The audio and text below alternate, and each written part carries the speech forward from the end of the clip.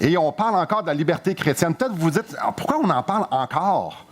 Ben parce qu'on est dans Romains 15. Puis si vous êtes visiteur aujourd'hui, nous, de la façon qu'on fait, c'est qu'on prend un livre, puis on y va au fur et à mesure. Ça veut dire qu'on arrive, on parle des sujets qui vont avec le livre ou là où est-ce qu'on est rendu. Et à partir du verset 15, du chapitre 14 et une bonne partie du chapitre 15, ça parle de la liberté chrétienne. Donc, c'est de ça qu'on parle à matin. Et c'est de ça qu'on va parler du voulant aussi la prochaine fois, parce que on va finir le verset 15, la portion qui parle de ça. Comme j'ai dit, il y avait un problème à Rome, et le problème, c'est que les opinions divisaient. Puis au chapitre 14, et c'est ce qu'on a parlé, on parle justement de ça. La gestion des différences d'opinion. Certains dans l'Église de Rome considéraient qu'eux, ils devaient continuer à observer la loi, ils devaient continuer à faire certaines choses que Dieu demandait dans l'Ancien Testament. Dans notre texte, ces gens-là sont appelés les faibles. Les faibles, eux autres, ne mangeaient pas de viande ou ne consommaient pas de vin qui aurait pu être en contact avec un culte païen. Eux, ils observaient le sabbat à la lettre. Non seulement ça, ils s'imposaient toutes sortes de restrictions. Ça, c'est une gang, les faibles. Mais il y avait la majorité des chrétiens qui avaient compris qu'en Christ, ils étaient libres. Avec raison. Ils avaient compris ça, eux autres. Donc, eux, ils se voyaient libres de pouvoir manger de la viande, de pouvoir consommer du vin, et ils ne s'attardaient pas à chaque menu détail des lois des hommes et la loi cérémonielle que Dieu avait donnée à Moïse. Ils ne s'attardaient pas à ça. Eux, ils savaient qu'ils avaient été libérés en Christ. Eux, dans notre texte, sont appelés les forts. Disons que tu mélanges ce groupe de forts-là avec le groupe des faibles dans la même église, ça faisait des flammèches. Aïe, aïe, aïe. Les faibles voulaient imposer leur incompréhension aux forts. On s'entend, les faibles pensent qu'eux autres aussi sont forts. On s'entend. Mais eux, ils comprenaient mal la place de Christ, de l'œuvre de Christ par rapport à la loi, et eux voulaient l'imposer aux forts. Les forts, eux autres, ils étaient totalement indifférents de la conscience des faibles, et tout ce qu'ils voulaient, c'était vivre selon eux, ce qu'eux, ils voulaient. Les uns méprisaient les autres, puis les autres les jugeaient en retour. Les chrétiens de Rome avaient laissé leurs différences, leurs opinions qui étaient fondées sur ce qu'eux voulaient, certains, ou d'autres sur la parole. On ne sait pas trop ce que tout le monde prenait leur base, mais une chose est certaine, c'est qu'ils avaient laissé des choses les diviser. Chacun pensait à son nombril dans cette église-là. Chacun pensait et avait dans leur tête que ça devait se passer comme eux voulaient que ça se passe. Moi, je veux que ça se passe comme moi parce que j'ai raison. L'autre devrait comprendre que moi, j'ai compris. Lui doit changer. C'est vraiment centré sur le nombril. Mais j'ai le droit de faire telle ou telle chose ou de penser telle ou telle chose. J'ai le droit, donc je le fais. Ah, lui est tellement immature. Ah, t'as-tu vu ça, ce qu'il fait? C'est incroyable, comment il est immature. Il me semble que s'il était mature, il penserait comme moi. Écoute, tu peux pas être plus dans ton nombril que ça. Je suis libre, donc je fais ce que je veux. C'était pas beau, ça volait pas haut, c'était très ordinaire. Et tout au fil du chapitre 14, ce qu'on a vu, c'est que Paul est en train de leur montrer que leur péché, et c'est grave ce qu'ils sont en train de faire. Non seulement c'est péché, c'est grave, c'est destructeur. On parle au verset 20 du chapitre 14, « Pour un aliment ne détruit pas l'œuvre de Dieu ». C'est un gros reproche, c'est très sérieux ce qui se passe ici. Là. Ce qu'on a pu voir, c'est que le royaume de Dieu n'a rien à voir avec « je prends mes libertés pour pouvoir faire ce que moi je veux ». Ça, c'est de l'idolâtrie. On a déjà vu ça. En fait, Dieu nous a libérés pour que nous puissions être ensemble, que le fort et le faible puissent être unis d'un même cœur pour adorer Dieu. Et le texte de ce matin expose ce que Dieu a mis en place pour rendre possible le fait qu'on puisse tous être unis. Et non seulement ça nous expose ce qu'il a mis en place, mais qu'est-ce qu'il est en train de faire. Sans plus tarder, j'aimerais ça qu'on puisse le lire, Romains chapitre 15 au verset 1. Nous qui sommes forts, nous devons supporter les faiblesses, de ceux qui ne le sont pas, et ne pas chercher ce qui nous plaît. Que chacun de nous plaise au prochain pour ce qui est bien en vue de l'édification. Car Christ n'a pas cherché ce qui lui plaisait, mais selon qu'il est écrit, les outrages de ceux qui t'insultent sont tombés sur moi. Or, tout ce qui a été écrit d'avance l'a été pour notre instruction, afin que par la patience et par la consolation que donne l'Écriture, nous possédions l'espérance. Que le Dieu de la persévérance et de la consolation vous donne d'avoir les mêmes sentiments les uns envers les autres selon Jésus-Christ, afin que tous ensemble, d'une même bouche, vous glorifiez le Dieu et Père de notre Seigneur Jésus-Christ. Frères et sœurs, Dieu nous veut ensemble. Avant de plonger dans le texte, j'aimerais qu'on puisse prier. Seigneur Dieu, on s'avance devant toi parce que oui, tu es notre Seigneur, tu es notre Dieu. Oui, Seigneur, tu règnes dans les cieux, tu règnes sur la terre, tu règnes sur cette Église, tu règnes dans nos cœurs. Merci. Merci, Seigneur, de ce Dieu souverain-là qui règne, qui n'est pas pris de court avec les circonstances, qui n'est pas pris de court avec nos péchés, avec nos manquements. Seigneur, toi, tu connais toutes choses, tu es infiniment sage et tu gouvernes. Tu règnes. Et Seigneur, c'est devant ta royauté qu'on veut se prosterner ce matin. On veut que ta parole puisse venir toucher nos cœurs. Seigneur, on a besoin que tu viennes abreuver nos âmes parce qu'on est, Seigneur, dans un désert. Et on a besoin que ta parole puisse venir nous abreuver, venir nous transformer. Seigneur, ce matin, on place nos cœurs entre tes mains. Alors que ton esprit a une grande liberté en moi, une grande liberté en nous, pour venir justement amener nos pensées là où est-ce que tu veux qu'elles soient. Seigneur, notre but, c'est pas juste d'avoir une activité religieuse ici ce matin. Mon but, Seigneur, mon cri, mon soupir, c'est que nous puissions être transformés par toi. Et les prochaines minutes qu'elles ne dépendent pas sur mes capacités, sur comment je parle, ou ce que dans le fourneau à nos maisons, ou ce qu'on va faire cet après-midi. Seigneur, que les prochaines minutes puissent être utiles entre tes mains pour venir façonner nos cœurs. Oui, Père, sois glorifié. Prends la place qui te revient dans nos vies. Au nom de Christ. Amen. Verset 1. Nous qui sommes forts, nous devons supporter les faiblesses de ceux qui ne le sont pas. Encore une fois, Paul met la responsabilité sur le fort. Ceux qui mangent, ceux qui ont compris qu'ils étaient libres en Christ, ceux qui savent que la loi cérémonielle qui a été donnée à Moïse ne s'applique pas pour eux. Les forts doivent supporter les faiblesses des faibles. Pour bien comprendre ce que Paul veut dire ici, il faut comprendre les mots qu'il utilise. Doivent. C'est intéressant de pouvoir étudier parce qu'on voit une facette différente. Doivent. Certaines versions, peut-être certains parmi nous, certaines versions de la Bible traduisent le mot doivent par avoir l'obligation. Paul n'est pas en train de faire une suggestion ici. On parle d'obligation. L'obligation de supporter. Supporter, ça veut dire quoi? Supporter, ça ne veut pas dire tolérer. Ça ne veut pas dire comme « Ah, ouais, c'est correct. Ouais, Non, c'est pas de ça qu'on parle. Mais c'est plutôt de porter avec l'autre. Puis l'utilisation du même verbe dans Galates chapitre 6, verset 2 va nous aider à comprendre. Voici ce que ça dit. Porter les fardeaux les uns des autres. Donc, quand on lit supporter ici au verset 1, on doit comprendre de porter.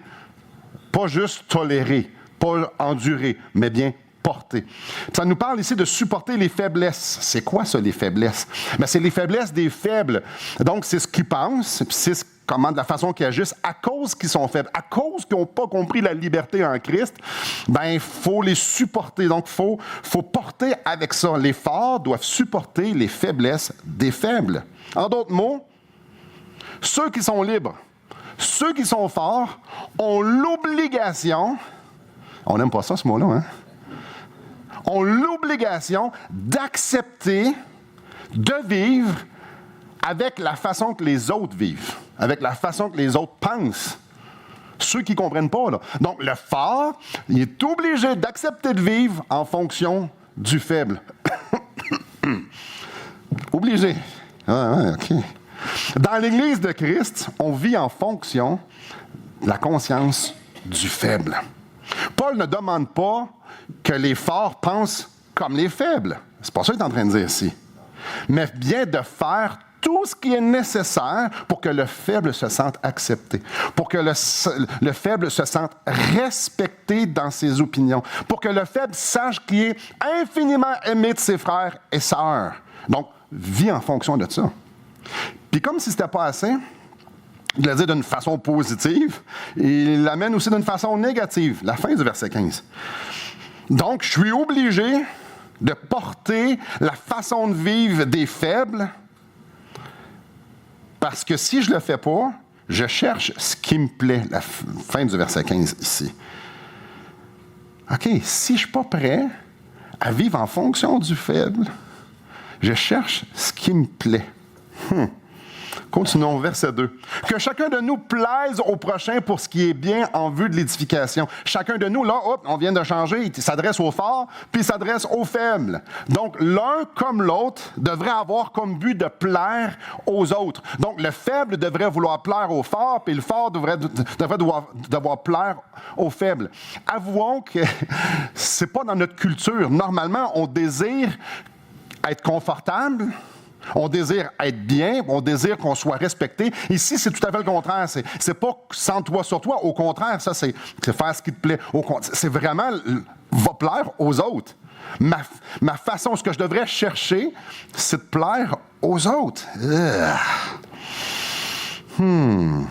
Tous les chrétiens, qu'on ait une conscience rigide ou qu'on ait une conscience lousse, tout le monde devrait vivre pour que les autres se sentent bien.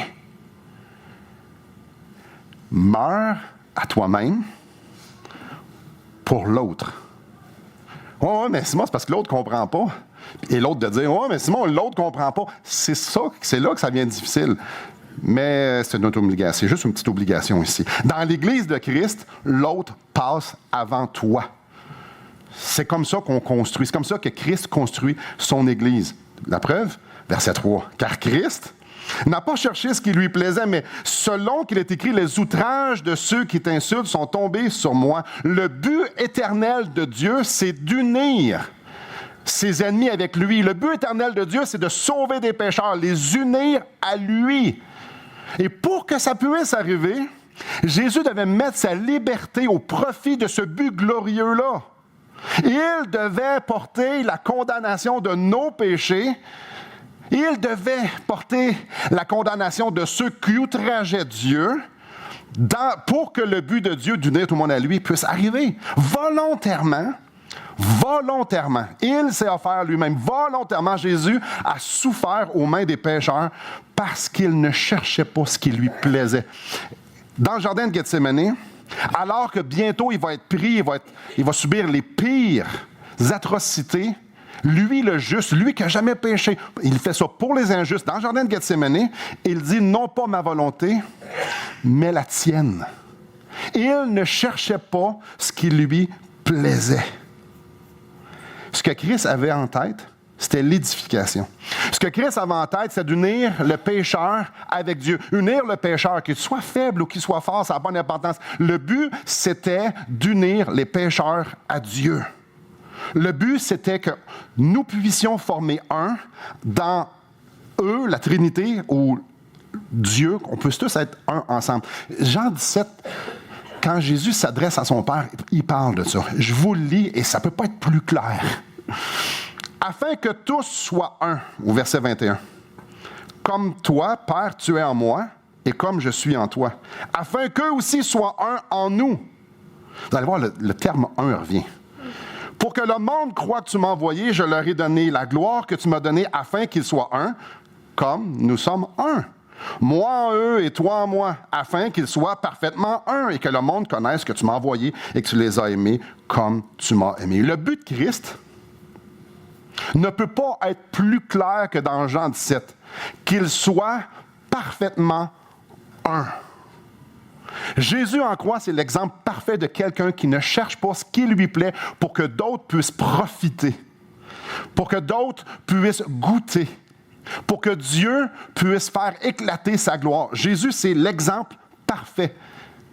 Il a abandonné quelconque liberté humaine qu'aurait pu avoir notre conception d'une liberté pour justement le mettre à profit pour son Père, pour les autres.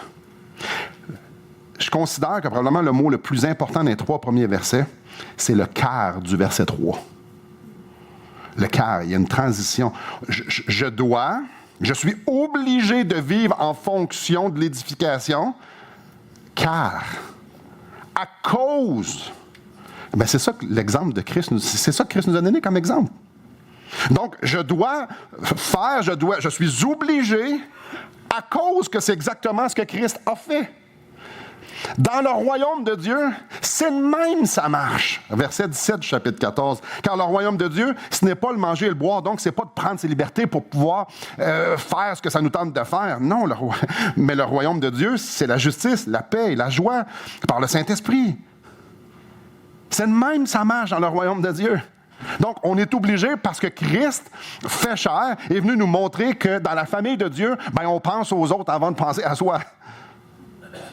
Dieu veut qu'on soit ensemble, même si ça nous rend très inconfortable. Dieu veut qu'on soit ensemble parce que c'est exactement l'exemple que Christ nous donne. Donc, c'est la première évidence que Christ nous ensemble, c'est l'exemple de Christ. La deuxième se trouve au verset 4. Or, tout ce qui a été écrit d'avance l'a été pour notre instruction, afin que par la patience et par la consolation que donnent les Écritures, nous possédions l'espérance. Lorsqu'on lit Écriture, on doit comprendre l'Ancien Testament. On ne sait pas le Nouveau Testament, parce que le Nouveau Testament n'était pas encore écrit. Donc, on parle ici, Paul est en train de parler de l'Ancien Testament. L'Ancien Testament a été écrit pour les Juifs et pour les nations, pour les païens, pour moi, pour vous, pour tout le monde, pour tous les chrétiens. Lorsqu'on étudie l'Ancien Testament, on peut voir que Dieu est fidèle à ses promesses. On peut voir que Dieu est toujours présent, impliqué dans la vie de son peuple, dans la vie de ceux qu'il aime. Ce qu'on voit, c'est qu'il accomplit toujours ce qu'il promet. On voit encore et encore et encore des promesses s'accomplir. C'est juste ça, l'Ancien Testament. Je vous donne quelques exemples. Christ, c'est l'accomplissement de la promesse que Dieu pourvoirait une justice parfaite pour le pécheur. Dieu avait fait cette promesse-là. Je vais pourvoir une justice parfaite pour le pécheur. Christ est l'accomplissement de ça. Christ est aussi l'accomplissement de cette promesse-là que Dieu avait offert, un pardon complet, offert par Dieu. Christ, c'est l'accomplissement de ça.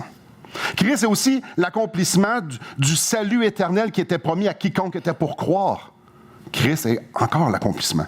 Christ est aussi l'accomplissement de la promesse que Dieu est toujours près de ceux qui sont brisés, ceux qui souffrent, ceux qui ont le cœur abattu. Dieu est toujours fidèle à ses promesses. Et l'Ancien Testament est une source incroyable d'exemples que Dieu il accomplit toujours ce qu'il promet. C'est pas surprenant que Paul ici nous dit que par l'étude de l'Ancien Testament, Dieu va susciter en nous la patience et la consolation dans le cœur de tous les croyants. Donc, ici, c'est vraiment spécial parce qu'il y a quelque chose que, souvent on peut dire, Seigneur, donne-moi la patience. Et ici, Paul nous dit, avec l'étude de l'Ancien Testament, Dieu va te donner la patience. C'est intéressant parce que alors que tu vas comprendre qui est Dieu, alors tu vas comprendre comment il interagit, il va venir te consoler, il va te donner la patience. L'œuvre de la parole de Dieu, lorsque Dieu accomplit son œuvre avec sa parole dans nos cœurs, ça va produire inévitablement de l'espérance. Ici, on est en train de parler d'une espérance éternelle, la gloire éternelle. Parce que tout dans l'Ancien Testament, toutes les promesses pointent vers une personne, Jésus-Christ. Donc, quand je regarde les promesses de l'Ancien Testament et à quel point Dieu les accomplit, je regarde à Jésus-Christ et je fais « Wow! » Alors, quand Dieu me dit que toute chose concourt au bien de ceux qui aiment Dieu, quand Dieu me dit que lorsque je vais mourir, qu'il va venir me prendre, il va m'emmener dans sa présence, quand Dieu me dit que ce qu'il réserve à ses enfants, c'est la gloire éternelle, alors je vais le croire. À force d'étudier l'Ancien Testament, je vais pouvoir sonder ma foi sur qui est Dieu, pas sur des fabulations, pas sur ce qu'on m'a dit. Dieu se révèle dans l'Ancien Testament de sorte que je vais comprendre et je vais pouvoir avoir la patience, avoir la consolation. L'Ancien Testament m'amène justement à espérer dans ce salut-là que Dieu m'offre. Et là, on pourrait se demander, mais qu'est-ce que le verset 4 fait dans notre contexte? Bien, ici, c'est plutôt implicite, la réponse. La parole de Dieu fait le même travail dans le fort que dans le faible. La même parole La même parole unit les croyants parce qu'elle apporte chaque enfant de Dieu à la même place. Si vous êtes un enfant de Dieu, on a quelque chose en commun.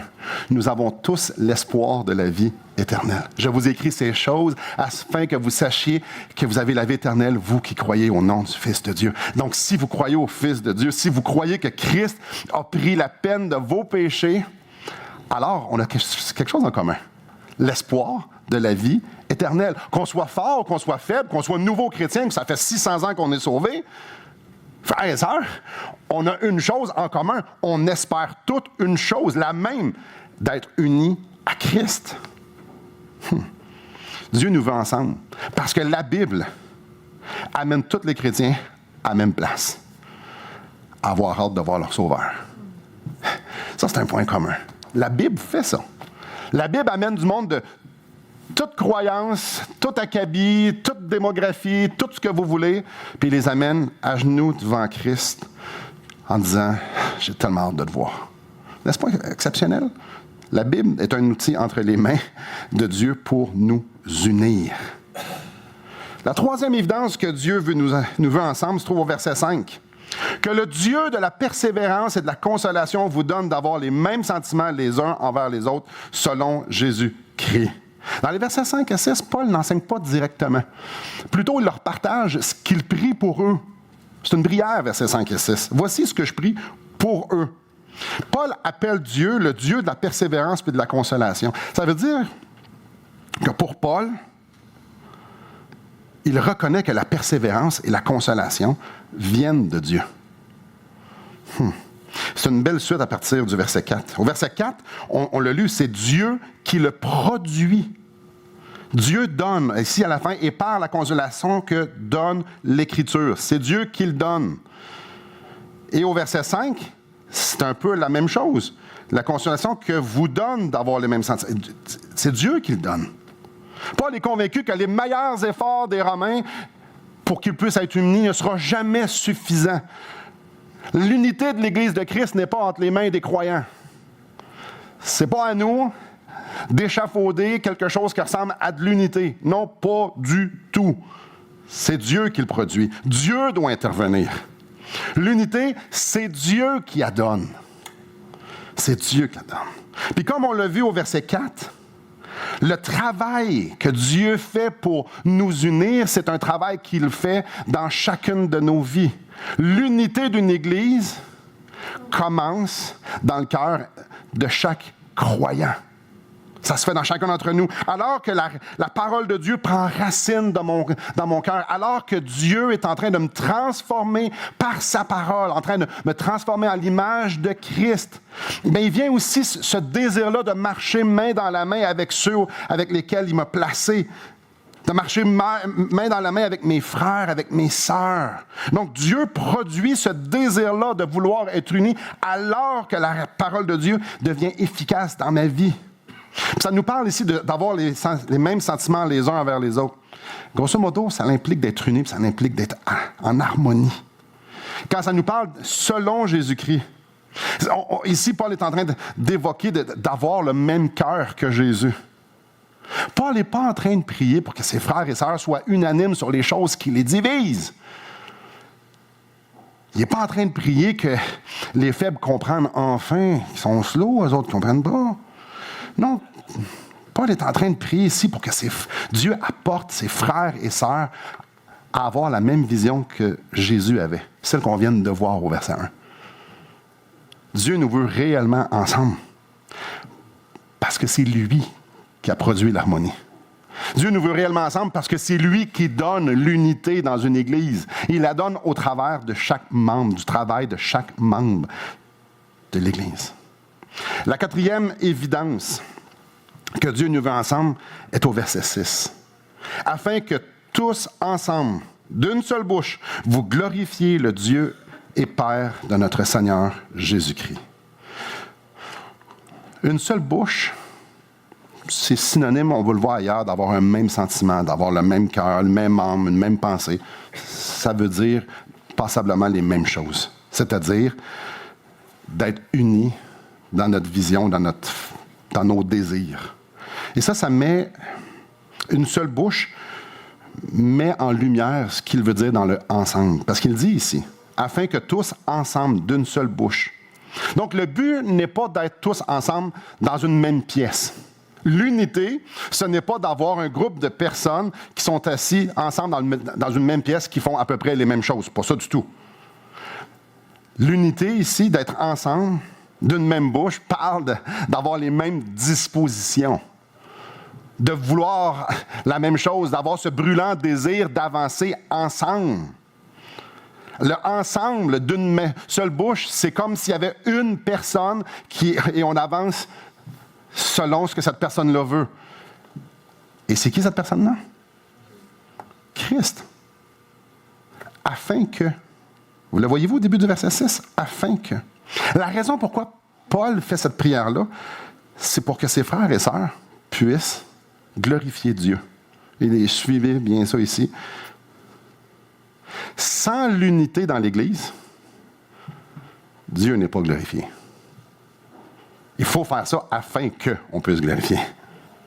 Oh, on peut faire de la religion. On peut faire beaucoup de religion.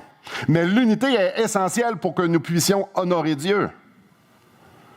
La quatrième évidence que Dieu nous donne, qui nous démontre que Dieu nous veut ensemble, c'est comme un grand coup de masse. Une Église divisée n'adore pas Dieu. Une Église qui se divise sur ses opinions ne glorifie pas Dieu. Ah, ils peuvent faire des activités religieuses, mais ils n'honorent pas Dieu. Considérant qu'une Église divisée ne glorifie pas Dieu, c'est pas surprenant qu'une aussi grande portion des Écritures parle justement de l'unité. Et il y en a des dizaines et des dizaines et des dizaines de passages qui parlent de l'unité.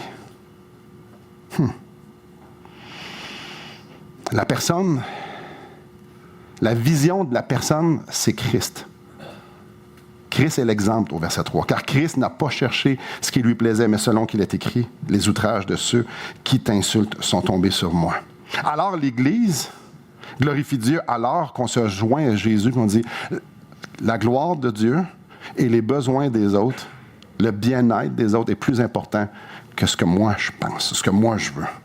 C'est seulement quand les Juifs et les païens sont ensemble, avec toute leur diversité, et qu'ils unissent leur voix pour célébrer Christ, pour célébrer Dieu, c'est seulement quand ils sont unis ensemble dans cette pensée-là que Christ est honoré.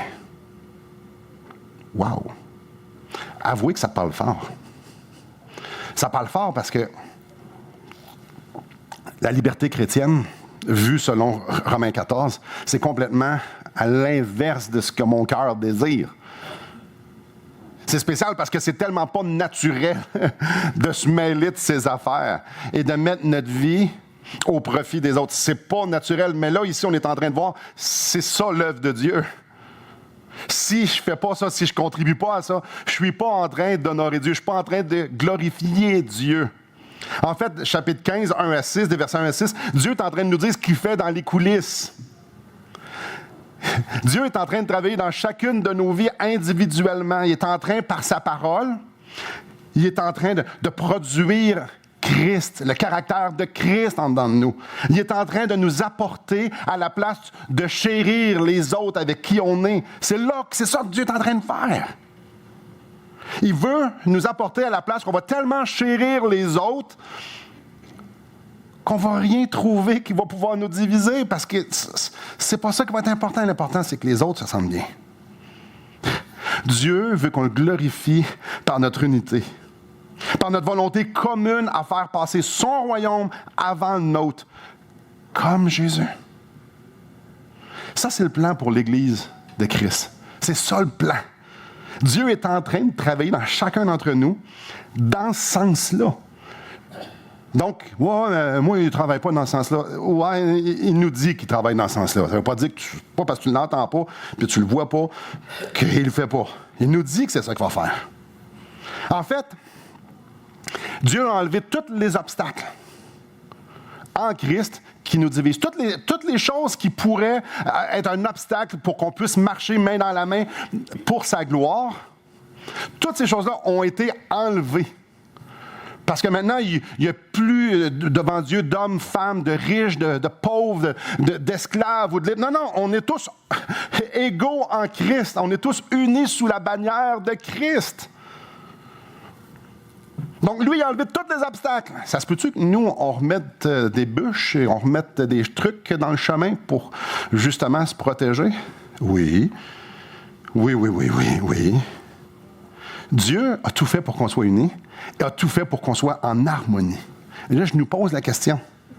Et c'est des questions qui sont quand même passablement sérieuses. Est-ce que vous, je parle de vous parce que vous êtes en avant de moi, mais je parle de nous, je parle de moi, je parle de toi.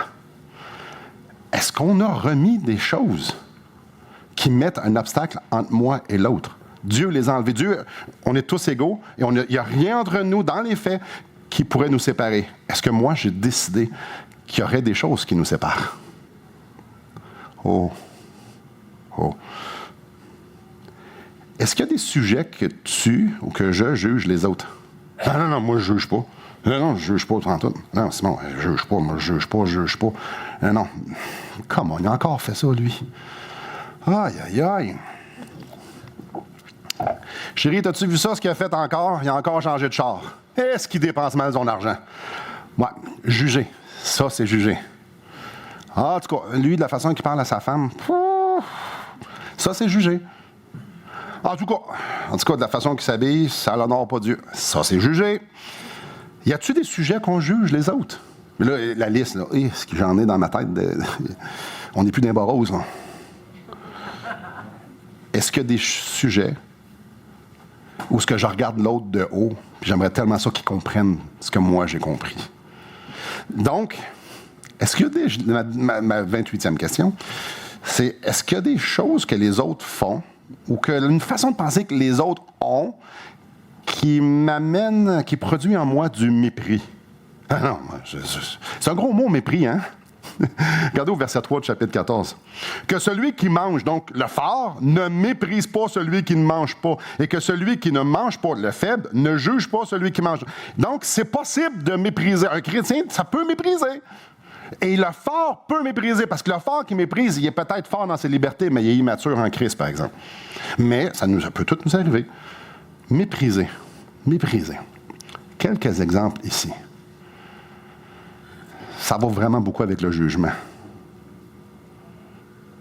Lui, il est immature. N'importe quoi. Ça, eux autres, c'est une gang de moutons. Traiter du monde de moutons, hein? Ça veut dire que toi, tu as compris. Ça veut dire que toi, tu es tellement haut, que tu as tellement compris de choses que tu peux dire que les autres, c'est des moutons. Et les autres qui sont moutons, regardez, les autres qui font faire comme... sont donc bien moutons, eux autres aussi. Hey, le mépris, c'est facile. Le mépris, c'est tellement facile. Le mépris, c'est juste avoir une pensée hautaine par rapport à quelqu'un d'autre. Le mépris, se sentir mépris... Pas se sentir méprisé. De mépriser quelqu'un, c'est juste d'ignorer ou d'être indifférent à la valeur que l'autre a, que son opinion a, et de dire, moi, ce que je pense. Wow! Je suis quelqu'un. On passe à la prochaine question. Je n'avais quelques-unes. Pour vous, là, on est en famille. On est en famille. Ça reste entre nous et tous ceux qui vont regarder sur Internet.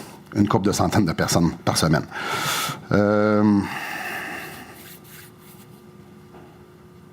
Quel genre d'idées vous nourrissez à propos de vos frères et de vos sœurs?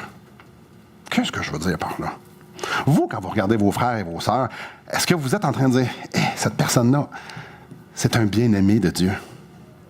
Quand je pense... Je vais prendre Richard aussi parce qu'il est à ma droite, mais c'est pas grave. Quand je pense à Richard, là, je suis tellement content parce que Dieu, quand il le regarde, là, il l'aime.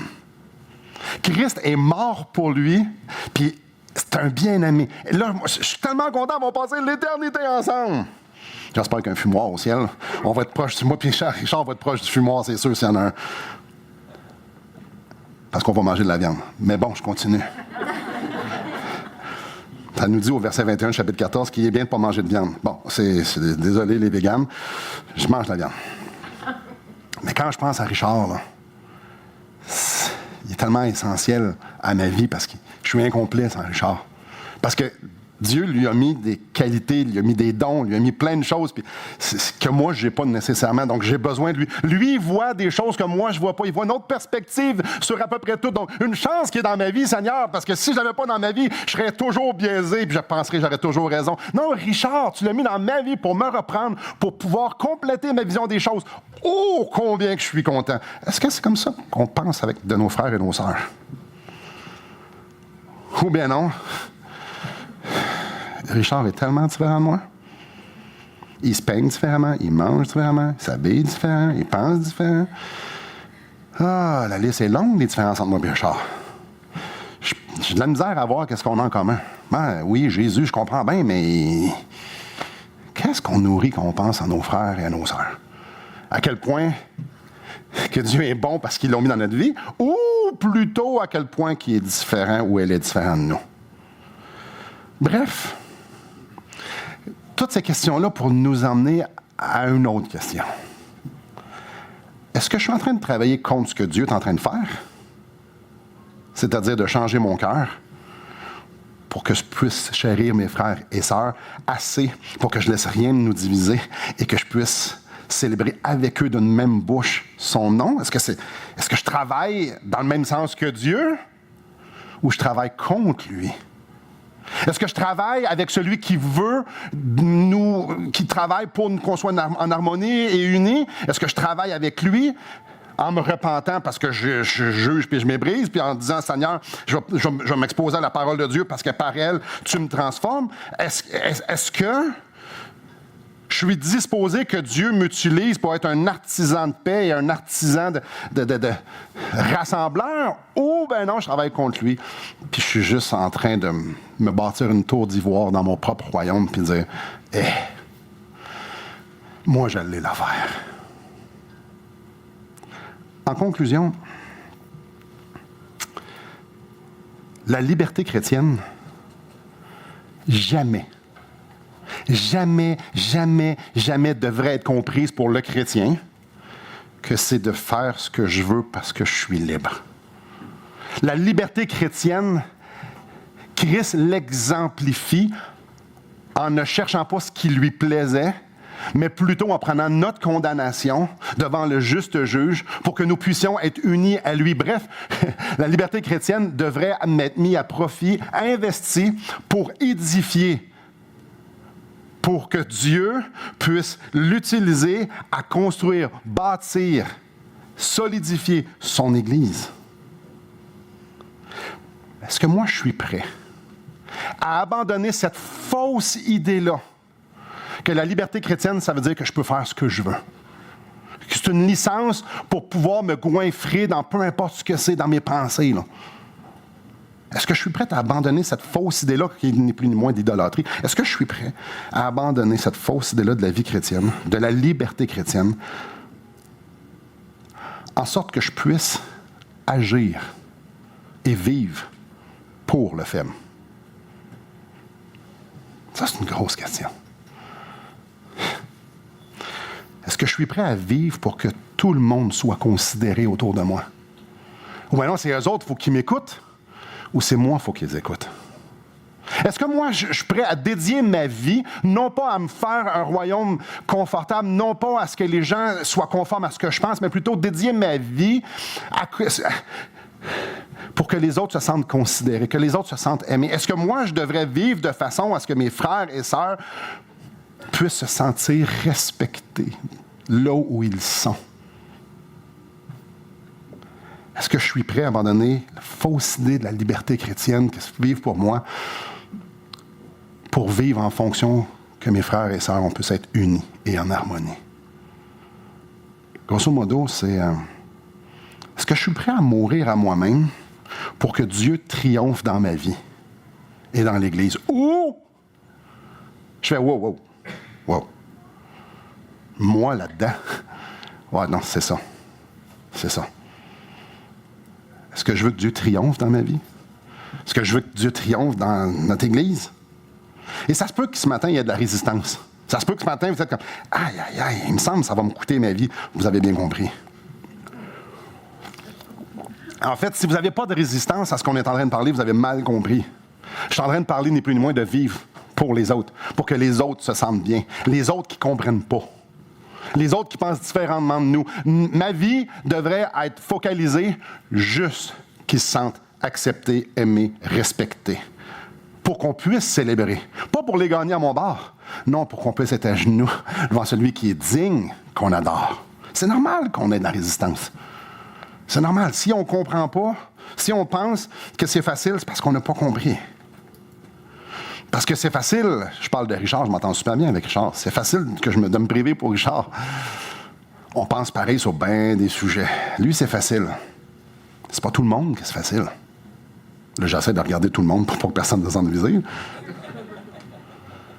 sais, là, je regarde vraiment pas personne. Si je vous regarde, sentez-vous pas trop visé, c'est pas personnel. Tu sais, Madame Tartampion. Elle a des idées bizarres, elle, hein? Elle revient souvent.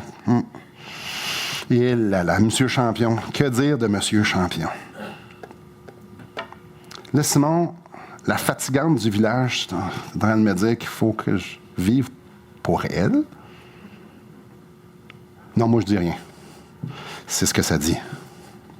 Elle est en train de me dire que je dois l'aimer, mais pas juste en parole, que je dois démontrer l'amour de Christ à Monsieur Champion, qui comprend rien, qui est bouché, qui date des années 1700. Sérieux? Mais pas qu'il est vieux, c'est sa façon de penser. C'est Monsieur Champion peut être jeune, des fois. C'est normal qu'il y ait de la résistance. Mais cette résistance-là doit être déposée au pied de la croix, parce que c'est de l'idolâtrie. Ben là, moi, il faut que je me prive, là. Ouais, ça, c'est de l'idolâtrie. Ouais. Dieu nous veut ensemble. D'un même cœur. Il a tout mis en place pour que ça soit possible, qu'on puisse être ensemble unis en dépit des différences. Parce que les différences d'opinion, ça n'a pas d'importance. L'important, c'est que Christ soit honoré, glorifié, parce que c'est ça qu'on a sur notre cœur. C'est là qu'on s'en va, frères et sœurs. C'est là qu'on s'en va, pas parce on est bons, nous autres, puis on va réussir à être unis. Non, c'est là qu'on s'en va parce que Dieu nous dit que c'est là qu'on s'en va. Parce que c'est ça qu'il veut produire en nous. Mais ma question pour moi, personnellement, c'est est-ce que je vais résister à Dieu? Est-ce que je vais résister à ce qu'il est en train de faire dans ma vie, c'est de m'ouvrir les yeux sur à quel point les autres autour de moi sont extraordinaires et que j'ai besoin des autres? Est-ce que je vais résister à Dieu en nourrissant les différences? Est-ce que je vais résister à Dieu en tenant mes droits de parler et mes droits d'agir plus que lui, plus que de l'honorer? Est-ce que je vais résister à Dieu ou bien non, je vais me rendre disponible et dire, Seigneur, viens glorifier ton nom dans ma vie, viens m'apporter à ce que, justement, à ce que je puisse contribuer à l'harmonie et l'unité dans l'Église. Dans mes notes ici, c'est écrit, Seigneur, viens à mon secours. C'est pas naturel. C'est carrément pas naturel. Mais quand je regarde à Christ, Dieu, venant vivre 100% pour les autres pendant 3 ans de temps, la seule chose qu'il avait en tête, c'était d'aider tout le monde qui croisait. C'était de les écouter, même s'ils étaient d'une bande de cabochons, que ce soit ses apôtres ou que ce soit les autres, des questions, là, il était là. Puis son but, c'était de les édifier. Son but, c'était de parler du royaume de son Père. Et pendant 3 ans de temps, il a vécu avec du monde qui ne comprenait rien. Et à la fin, il ne comprenait tellement rien que Pierre a dit, je vais te suivre partout. Pierre, tu comprends rien. Tu vas me renier 3 fois avant que la coque chante. Tu comprends pas. Personne ne comprenait. Mais Christ, lui, qu'est-ce qu'il a fait? Il avait son Père en tête. Il avait son Père, de glorifier son Père. Et la façon que le plan de Dieu pour qu'il soit glorifié, c'est que les bandes de cabochons puissent être unis à lui. Alors Jésus s'est offert en sacrifice. Quand je regarde à Jésus, Puis les cabochons, là, c'est nous autres, c'est moi, ça. Les pécheurs. Quand je regarde à ce que Christ a fait pour moi, ça devrait tout faire mettre en perspective de à quel point je le laisse faire. Christ a tout fait pour qu'on puisse être unis à son Père, ensemble et avec son Père, en lui. Moi, je retiens quoi là-dedans? Je suis juste bénéficiaire de sa grâce et le plan, on s'en fout. Non, le plan, c'est pas ça. Le plan, c'est qu'on réalise qu'il est digne d'être adoré. Et pour l'adorer, je dois laisser faire ce travail-là en dedans de moi pour qu'on puisse être ensemble, unis. Je vais relire le verset 6. Afin que tous ensemble, d'une seule bouche, vous glorifiez le Dieu et le Père de notre Seigneur Jésus-Christ. Et là, on arrive à la table du Seigneur. C'est intéressant parce que la table du Seigneur, ça nous ramène justement avant la nuit où il fut livré. Quelques heures avant d'être crucifié pour mes péchés et pour les vôtres. Quelques heures avant de subir la condamnation qui nous revenait. Quelques heures avant d'être séparé de son Père, lui qui a été uni à son Père depuis toute éternité. Quelques heures avant de pousser son sacrifice au plus haut point. Avant de nous donner l'exemple qui ne cherchait pas ce qui lui plaisait. Le repas du Seigneur, ça est arrivé juste à quelques heures. Et il a dit à ses disciples, il a dit à ses apôtres, j'aimerais ça que vous continuiez de le prendre. Vous allez prendre ce pain, vous allez prendre ce fruit de la vigne en mémoire de moi, en mémoire de ce que j'ai fait pour vous, en mémoire que je suis digne d'être adoré.